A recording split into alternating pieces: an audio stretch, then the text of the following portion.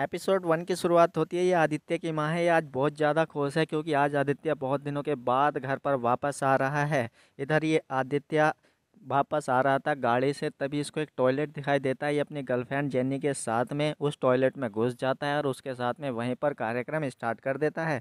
उनका कार्यक्रम स्टार्ट होता ही है तभी एक आदमी वहाँ पर पेशाब करने के लिए आ जाता है, लेकिन दरवाजे उसको खुला नहीं मिलता और उससे कंट्रोल नहीं होता। तो वो झाँक कर देखता है तो उसको गरमा-गरम कार्यक्रम शुरू मिलता है, जिसे देखकर वो तो बहुत ज़्यादा खुश हो जाता है और उस सीन के मज़े लेने लगता है। इधर आदित्य की माँ अपने पड़ोसी को बताती है, तब इसका पड़ोसी कहता है कि देख, अगर तुझे शादी ही करनी है अपने लड़के की तो गाँव की लड़की से ही करना। शहर की लड़कियाँ बहुत ज़्यादा चालू होती हैं और वो आते ही घर तोड़ देती हैं। इधर इनका कार्यक्रम ख़त्म हो जाता है और ये बाहर निकलते हैं।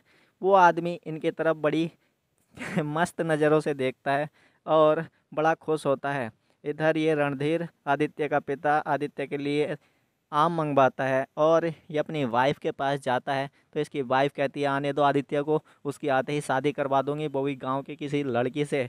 तब ये कहता है कि देख, अगर तू उससे आते ही शादी की बात करेगी तो वो नाराज़ होकर चला जाएगा और यहाँ पर रुकेगा भी नहीं। तभी आदित्य अपनी गर्लफ्रेंड के साथ वहाँ पर आ जाता है।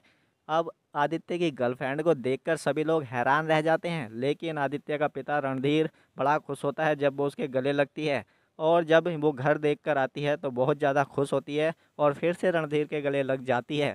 अब रणधीर तो ऑटो कंट्रोल हो जाता है। इधर आदित्य की माँ आदित्य से कहती है क्या क्या सपने देखे थे तेरे लिए और तू ये लड़की कहाँ से उठा कर ले आया। तब वो कहता है कि ये मेरी दोस्त है केवल और मेरे साथ में काम करती है, तुम टेंशन मत लो। अब सुबह सुबह ये एक्सरसाइज कर रही थी तब गांव के लोग इसको आकर फिर से घूरने लगते हैं। अब आदित्य का पिता रणधीर भी ऊपर जाता है और उसको घूरने लगता है। इधर खाने का कार्यक्रम स्टार्ट हो जाता है और इनके पैरों का इश्क लड़ना भी शुरू हो जाता है। दोनों पैरों से ही इश्क लड़ाने लगते हैं। आदित्य की माँ आदित्य के पास बैठना चाहती है और उससे उसको दूर करना चाहती है।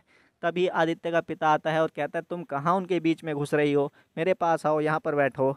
इधर खाना परोसते वक्त आदित्य की माँ से चम्मच नीचे गिर जाती है और वो चम्मच नीचे उठाती है तो देखती है कि उनका इश्क चालू है और दोनों हाथ पकड़े हुए हैं और पैरों से इश्क लड़ा रहे हैं। वो बेचारी परेशान हो जाती है। अब खाना खाने के बाद आती है सोने की बारी। तब आदित्य की माँ कहती है कि तू मेरे साथ ही सोएगा। उधर जैनी उसको इशारे करती है कि आ जाओ, लेकिन उसकी माँ उसको उसके साथ लेकर सो जाती है। सोने के बाद माँ के वो जैनी के पास जाता है और उसके साथ फिर से कार्यक्रम स्टार्ट कर देता है और यहीं पर यह एपिसोड ख़त्म हो जाता है। एपिसोड 2 की शुरुआत होती है। आदित्य को अगले दिन किसी काम से बाहर जाना होता है। जैनी उसको बहुत रोकती है, लेकिन वो कहता है कि अगर ज़रूरी काम नहीं होता मैं कौन सा जाता। तब इसकी माँ आकर कहती है तुम टेंशन मत लो बेटा, हम तुम्हारा पूरा ख्याल रखेंगे और तुम्हें खाना बनाना और चटनी बनाना भी सिखाएंगे। उसके जाते ही उसकी माँ जैनी को चटनी बनाना सिखाने लगती है और जैनी से चटनी पिसवाती है, लेकिन उसको कौन सी चटनी पीसनी आती थी, उसने कभी काम किया ही नहीं था। वो मिर्ची के हाथ अपने मुंह पर लगा लेती है और फिर चिल्लाने लगती है। और इधर आदित्य की माँ उसके मुंह पर पानी मारती है, उससे कहती है तेरे बस का कुछ काम है ही नहीं, आखिर तू कैसे घर चलाएगी। और जैसे उसके मुंह पर पानी गिरता है उसके सारे कपड़े भीग जाते हैं। उसको तौलिया देती है, वो अपने कमरे में चली जाती है। वो आकर सूटकेस उतारने लगती है, तभी वहाँ पर रणधीर आता है और उसको सूटकेस उतार कर देता है। तभी अचानक से वो उसके ऊपर गिर जाता है और उसका फिगर उसको फिर से दिखाई देने लगता है और उसका फिगर देखकर वो उसका दीवाना हो जाता है।